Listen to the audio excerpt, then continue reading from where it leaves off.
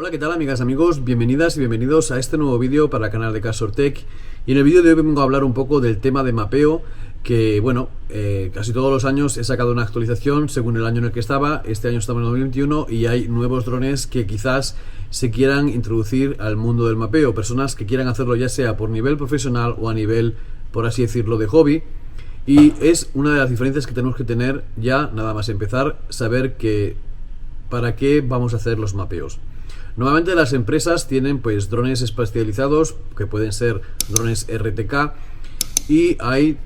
pues otras personas que se dedican también de manera profesional con drones que no tengan estos servicios de GPS RTK, que son un poquito más precisos, pero trabajan con otras herramientas que le pueden aportar esa precisión que hace falta. En el vídeo de hoy me voy a dedicar un poco a recordar un poco cómo fueron las cosas el año pasado, porque en realidad en este 2021 la única novedad que tenemos es que hay nuevos drones, sobre todo si somos personas que vuelan DJIs, y muchas veces nos falta un poco la información de cómo saber hacer un mapeo con nuestro dron. Y por eso es por lo que me voy a enfocar un poquito más a las personas que tengáis un DJI Air 2S y un DJI Mini 2, que son los drones que al día de hoy aún no tienen una aplicación de terceros o unas misiones para poder realizar estos vuelos.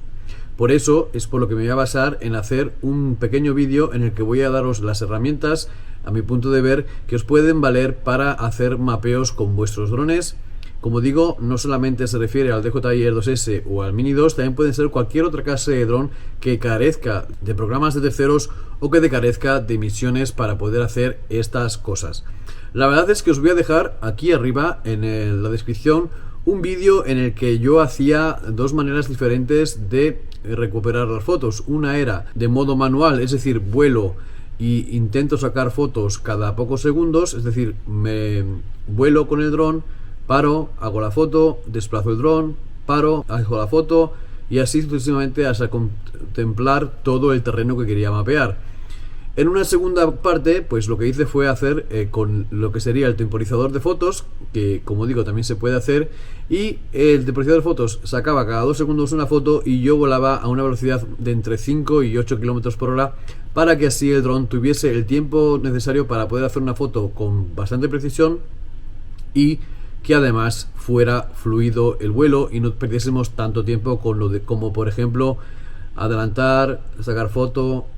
volver a avanzar, sacar foto, volver a avanzar, sacar foto, intentando pues recrear lo que sería el 80 o 80% de precisión de recorte de la foto. Pero bueno, como digo, esta es una de las primeras cosas que tenemos que hacer, saber que podemos hacer los vuelos pues o manualmente al 100% o por lo menos con la cámara cada 2 segundos.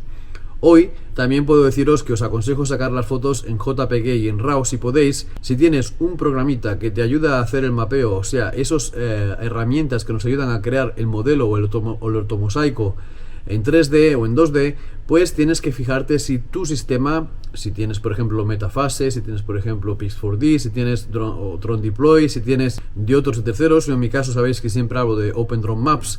pues tenéis que saber si son compatibles o no las fotos en RAW. Por ejemplo, en OpenDroneMaps no vas a poder utilizar las fotos RAW. Es decir, que si te has olvidado de poner que haga la foto en los dos formatos, pues sencillamente vas a tener que transformar todas las fotos de RAW, primero las vas a tener que pasar a JPG. Y según lo grande que sea o pequeño que sea la plaza o el sitio que hayas escaneado, o sea, que hayas fotografiado, pues puede ser entre unas 90 a 200 o a 1000 fotos, según lo grande que sea la hectárea o según lo que sea el sitio que vayas a escanear. La verdad es que yo lo veo hoy en día un poquito diferente. Yo los títulos siempre ponía mapeado, pero también me dirijo a las personas que hagáis, por así decirlo, escaneo 3D, que es cuando queréis también, por ejemplo, edificios y montañas, elevaciones, etcétera, etcétera,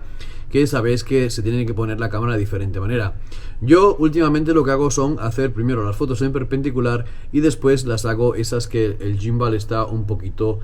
alzado para coger a 30 o a 40 grados el gimbal, para coger también la perspectiva desde el punto que se pueda ver mejor la elevación. La verdad es que esto es una cosa que os aconsejaría a todos y a todas, que primero hagáis fotos para el escaneo 2D y después que hagáis unas fotos con el gimbal en posición de 45 grados, por ejemplo, para poder realizar el modelo 3D perfectamente.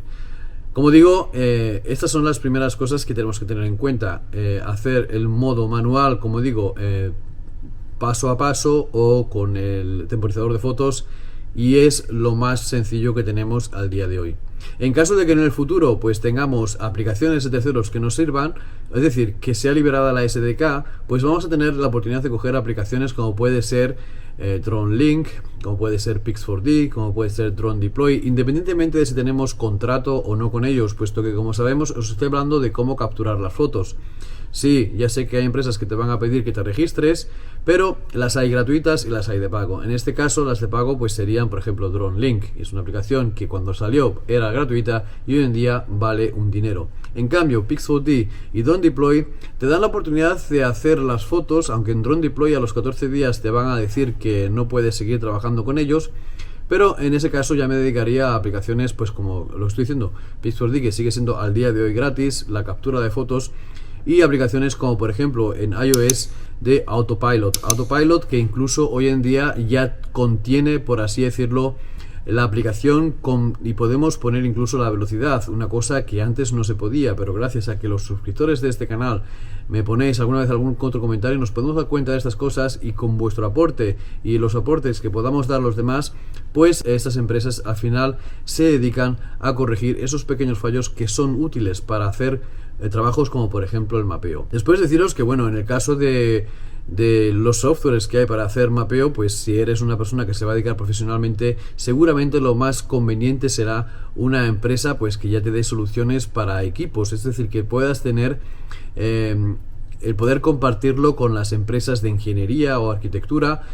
porque eso te va a facilitar un poco más el trabajo, y a esas personas que van a trabajar con ese material, porque por eso te han contratado, van a tener esos formatos que les hacen falta. En caso de que cojas una aplicación como por ejemplo OpenDrone Maps, vas a tener que aclarar primero cuáles son los formatos que son requeridos para tus clientes. Decirte que va a ir igualmente. Lo bueno que tiene OpenDrone Maps, como vuelvo a repetir en muchos de mis vídeos, es que es una open source y la puedes instalar gratis si tienes un pequeño conocimiento en Windows o en Mac o en Linux, porque siempre hay la oportunidad de trabajar con Dockers y puedes instalártelo gratuitamente, la full version, o sea, la versión de licencia completa. En caso de que seas una persona que no tiene conocimientos básicos, por así decirlo, un poquito de programación, pues seguramente, como sabréis, tenemos la opción de compra, y es una compra de entre unos 50 y 85 dólares según el país en el que resida para una licencia. En caso de que seas empresa, pues naturalmente tienes que buscar de que te den un precio de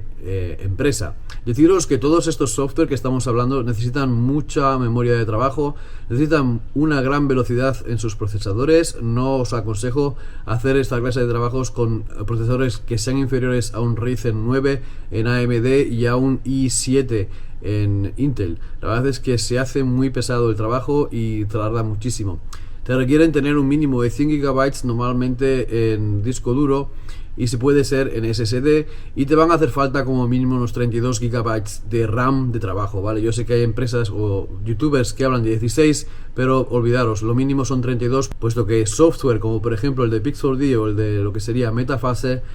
al final lo que nos piden son 64 GB como lo que sería lo ideal de la muerte para hacerlo, por así decirlo, lo ideal para trabajar. Entonces no os dejéis tampoco improvisar mucho por lo que se dice en otros canales. Se puede hacer trabajos también con menos memoria RAM, eso está claro, pero pensar que os va a demorar muchísimo más tiempo en tener el procesado.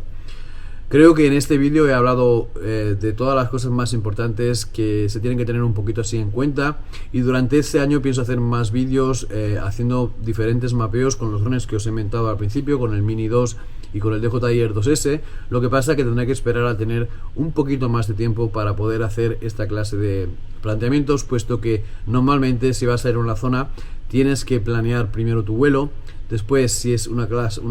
me refiero a organizar todo el papeleo y todo lo que tenga que tener en cuenta para hacer ese mapeo en un sitio privado o público. Hay que hacer aclaraciones. A esto es a lo que me refiero. Cosa empresarial, tendrás que quedar con el cliente con los factores que quiere tener en el escaneo. Tienes que quedar al 100% con él cómo va a ser lo que quieres escanear. Pensar que puedes, estas cosas se pueden utilizar también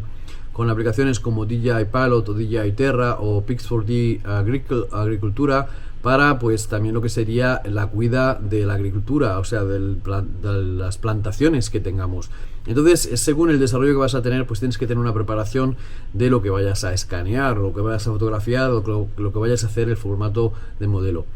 Bueno, y esto ha sido todo, espero que os haya gustado el vídeo, suscríbete al canal si no lo has hecho y nos vemos aquí en Castortech en un próximo capítulo. Chao.